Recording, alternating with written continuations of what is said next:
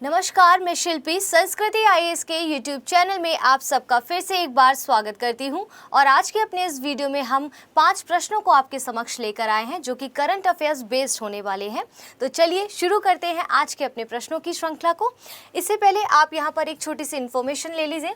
वो क्या है कि हमारे संस्कृति आईएएस के द्वारा एक जीएस फाउंडेशन कोर्स शुरू होने वाला है जो कि 30 मई से शुरू होगा। और क्लासेस कब हुआ करेंगी आपकी पर डे 6:30 इवनिंग में 6:30 पे आपकी क्लासेस शुरू होंगी। वहीं आप देखेंगे कि लाइव कोर्सेज भी हैं ये और ऑफलाइन बैचेस भी यहाँ पर उपलब्ध हो जाएंगे। आपको क्लासेस जो है वो शुरू होने वाली हैं, जल्दी से आप अपना एडमिशन ले लीजिए। और अधिक कोर्स की जानकारी के लिए आप हमें कॉल कर सकते हैं 9555124124 पर। आप हमारी वेबसाइट पर भी विजिट कर सकते हैं www.sanskritiias.com। तो चलिए शुरू करते हैं आज के अपने प्रश्नों की श्रृंखला को। देखिए पहला प्रश्न क्या कह रहा है, यहाँ पर ध्यान देना है।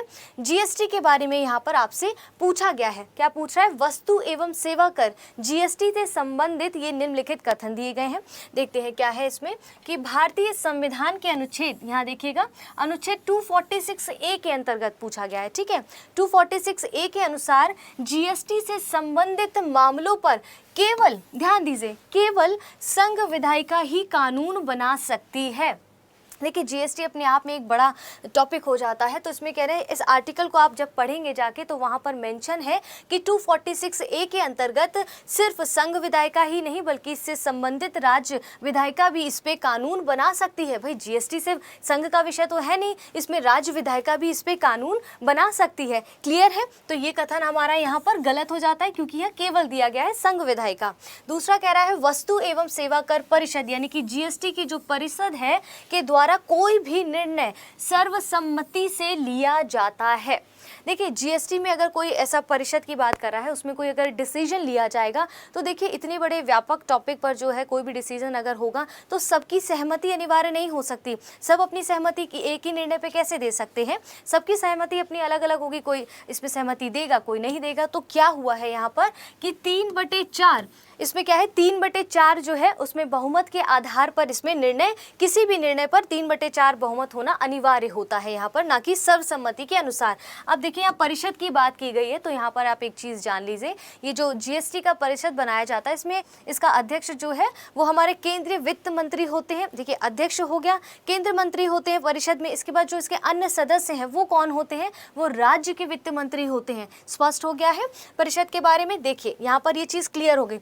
देखिए कैसे थर्ड सेंटेंस में ही लिखा है कि ये परिषद किसके अंतर्गत गठित की जाती है, किस अनुच्छेद के में इस परिषद के बारे में लिखा है। तो ध्यान दीजिएगा यहाँ पर अनुच्छेद 279A के अंतर्गत इस परिषद के बारे में मेंशन किया गया है। देखिए एक दूसरे से कनेक्टेड है सारे सेंटेंस, यही मैं आपको हर बार बोल रही हूँ। तो अनुच्छेद 279A के तहत वस्तु एवं सेवा कर परिषद, ध्यान दीजिएगा, सेवा कर परिषद की अनुशंसा राज्यों पर बाध्यकारी नहीं होती है। ये पूरी तरह से करेक्ट है। देखिए कोई भी अगर ऐसा डिसीजन लिया गया है परिषद के द्वारा तो ऐसा नहीं कि राज्यों को मानना ही पड़ेगा, लेकिन हाँ यहाँ पर एक चीज़ है कि राज्य जो है जो डिसीजन लिए गए, जो उनको बोला गया उस पर विचार कर सकते हैं, वो इसके लिए बाध्यकारी नहीं है मानने के लिए। तो यहाँ पर हमारा ये कथन पूरी तरह से ठीक हो जाता है। दूसरा कथन यहाँ पर गलत था हमारा। पूछ रहा है उपयुक्त कथनों में से कौन से कथन सही नहीं है? तो देख लीजिए पहला और दूसरा कथन जो है वो सही नहीं है, तीसरा करेक्ट है, यानी कि ऑप्शन ए इस प्रश्न का उत्तर हो जाएगा। स्पष्ट हो गया है सारी चीज़ें, कैसे जीएसटी से प्रश्न पूछे जा सकते हैं आपसे।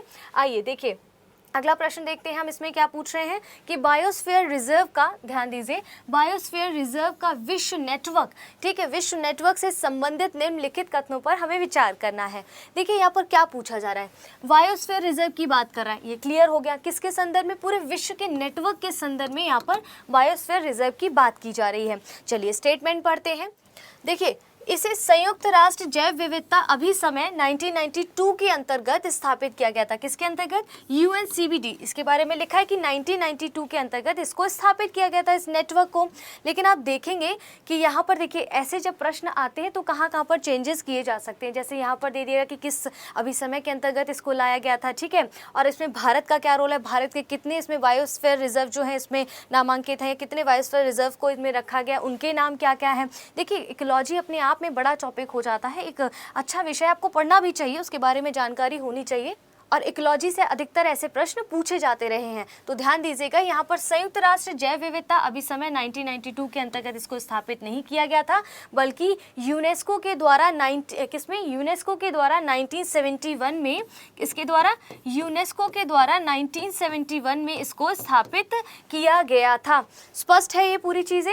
देखिए अब दूसरा कथन क्या कह रहा है इसमें कि वर्तमान में नीलगिरी, सिमलीपाल और मानस एवं शेषाचलम बायोस्फीयर रिजर्व सहित भारत के कुल कितने 12 बायोस्फीयर रिजर्व को जो है WNBR कार्यक्रम इसके तहत, ठीक है, इसके कार्यक्रम में शामिल किया गया है। अभी मैंने बताया कि कितने क्या जो बायोस्फीयर रिजर्व में भारत के कितने शामिल किए गए हैं, तो ये तो करेक्ट है कि भाई 12 जो है भारत के बायोस्फीयर रिजर्व को इस कार्यक्रम में शामिल किया गया है, लेकिन उनके नाम क्या क्या है एग्जैक्टली हमें वो जानना चाहिए, क्योंकि हो सकता है डायरेक्टली इसमें से कुछ नाम रिप्लेस कर दें और उनके बारे में पूछ लें, या हो सकता है किसी और बायोस्फीयर का नाम यहाँ पर जो बायोस्फीयर रिजर्व का नाम है यहाँ पर दे सकते हैं। जैसे नीलगिरी भी है इसमें, सिमलीपाल भी है इसमें, लेकिन कहाँ पर गलत हुआ है कि मानस एवं शेषाचलम जो बायोस्फीयर रिजर्व है वो इसके अंतर्गत नहीं है। तो बाकी के और कौन कौन से हैं वो देख लेते हैं। तो इस प्रश्न का जो ये कथन है ये भी गलत है। पूछ रहे हैं कि उपरोक्त कथनों में से कौन से सही है, तो भाई यहाँ तो दोनों ही गलत है। तो यहाँ पर क्या कह रहा है, ना तो एक ना तो दो।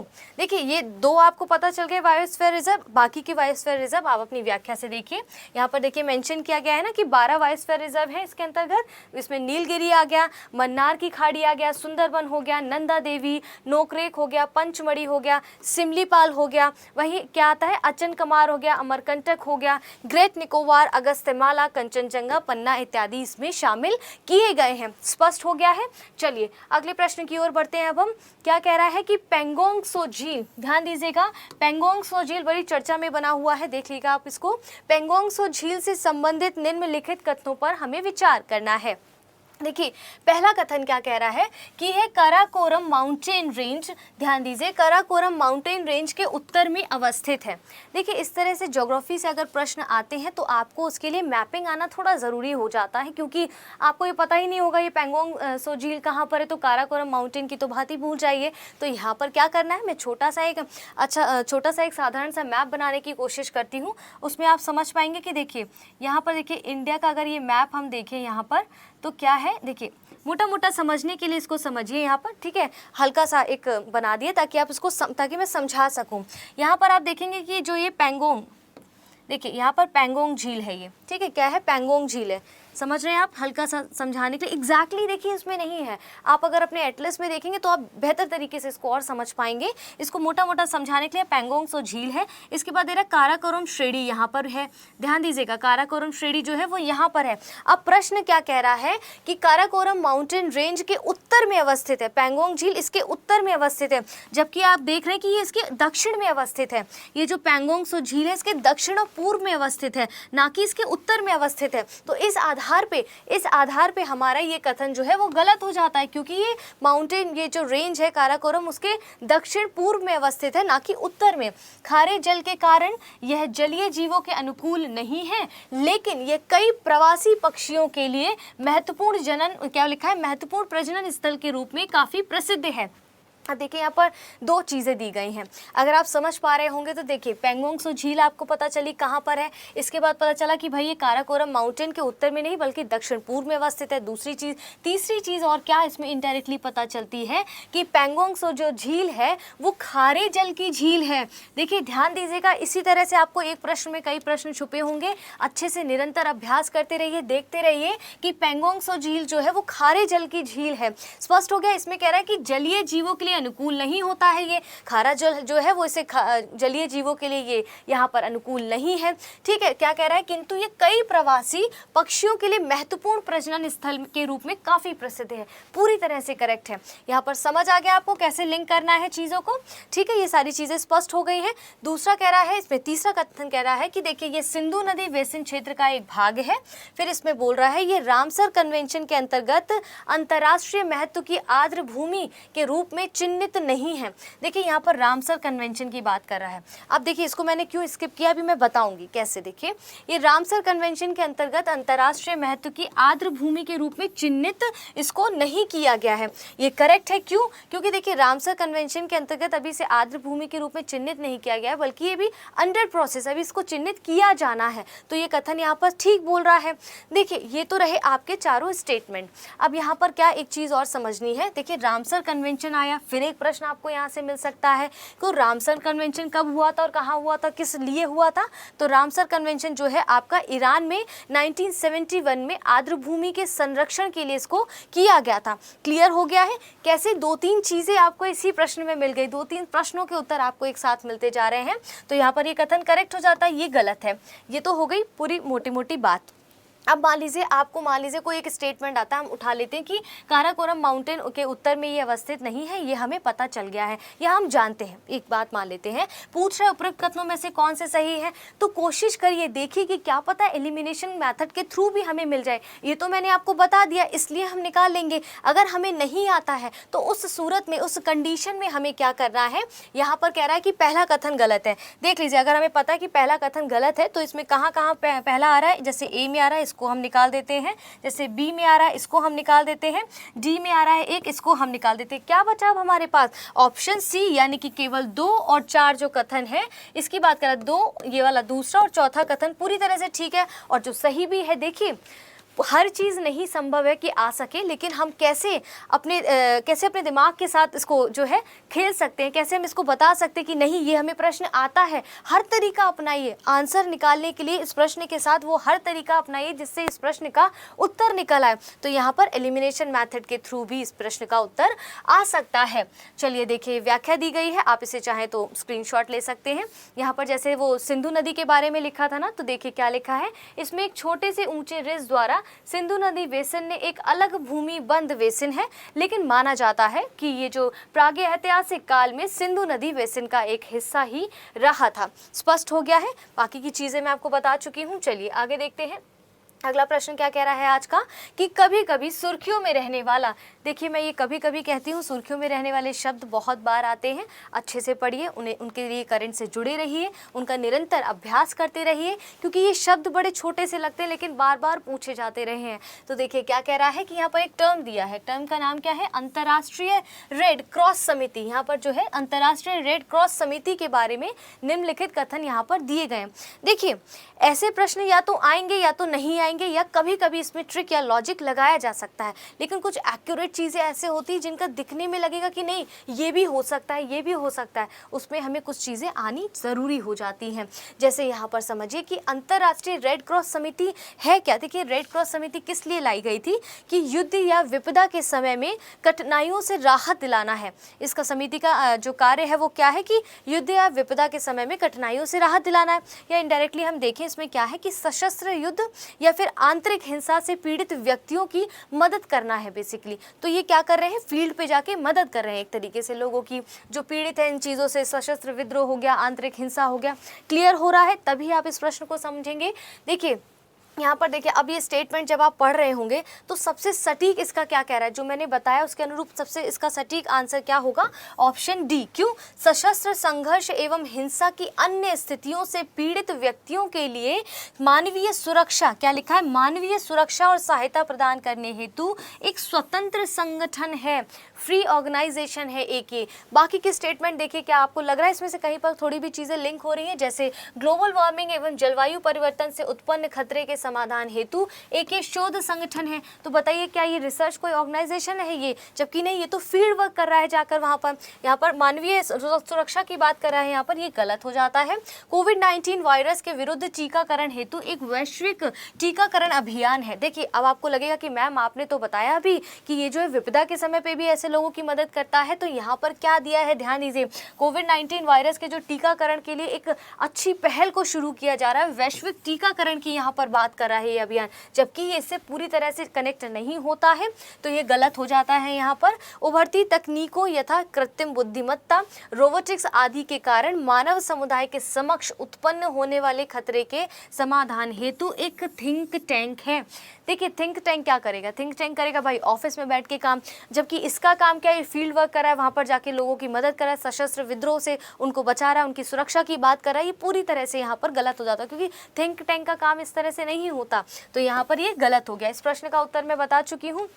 क्लियर हो रहा है। देखिए दिखने में ऐसा लग रहा है चारों स्टेटमेंट करेक्ट हो सकते हैं कि नहीं भाई, कोविड-19 से भी संबंधित हो सकता है ये देखिए वो जिसमें जो रोबोटिक्स वगैरह की बात करा उससे भी संबंधित हो सकता है, ग्लोबल वार्मिंग से तो आजकल मुद्दा बना ही रहता है, तो उससे भी संबंधित हो सकता है। तो देखिए यहाँ पर किस तरह से इस प्रश्न का उत्तर ही जो है वो ऑप्शन डी होगा, जो कि मैं आपको बता चुकी हूँ यहाँ पर। चलिए देखिए अब हम देखते हैं इसकी व्याख्या को, आप थोड़ा देख लीजिए, चाहे तो इसका स्क्रीनशॉट ले लीजिए। अगले अंतिम प्रश्न पर आते हैं कि भारत में बाल विवाह से संबंधित निम्नलिखित कथनों पर हमें विचार करना है। ठीक है, चलिए देखिए बाल विवाह जो है वो अपने आप में एक बड़ा ही जो है वैसा टॉपिक है कि हम सोच के हमें थोड़ा अजीब सा लग जाता है कि बाल विवाह की यहाँ पर बात की जा रही है, और आज भी हमारे देश में विपदा है कि आज भी ये प्रथा प्रचलित है, आज भी ये प्रथा हमारे बीच में विद्यमान है। तो चलिए इसके बारे में स्टेटमेंट्स दिए गए हैं, हम वो पढ़ लेते हैं।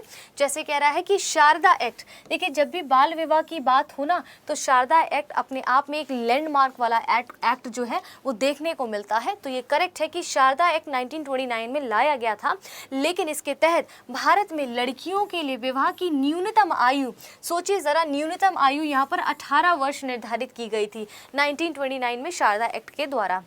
देखिए जब आप इस एक्ट को पढ़ेंगे या आपने पढ़ा होगा तो ध्यान दिया होगा या देंगे कि वहाँ पर लड़कियों की जो उम्र, यहाँ पर मैं ऐसे लिख देती हूँ, यहाँ पर जो लड़कियों के लिए जो न्यूनतम जो आयु निर्धारित की गई थी वो 18 वर्ष नहीं बल्कि 14 वर्ष थी। देखिए ज़रा आप 14 वर्ष थी उस वक्त ये आयु जो विवाह की थी। वहीं पर इसमें जो बॉयज़ जो लड़कों की आयु यहाँ पर कितनी थी, 1929 में जब यहाँ पर लड़कियों की आयु को 14 किया गया था, यहाँ पर लड़कों की आयु 18 वर्ष थी।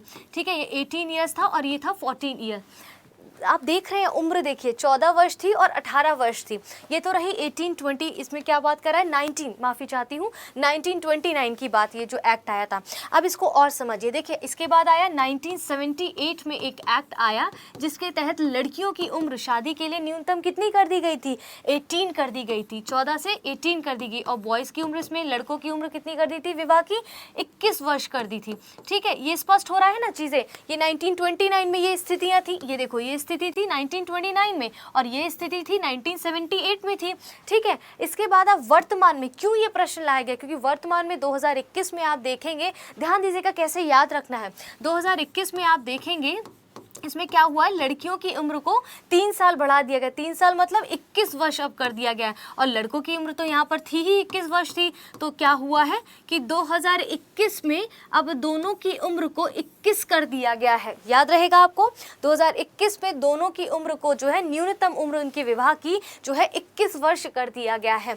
स्पष्ट हो गया है, तो यहाँ पर हमारा ये कथन गलत हो जाता है। समझ आ रहा है, मैसी तो नहीं है, स्पष्ट हो रहा है। अगर नहीं समझ आया कमेंट बॉक्स में पूछेगा, मैं उत्तर देने की कोशिश करूंगी।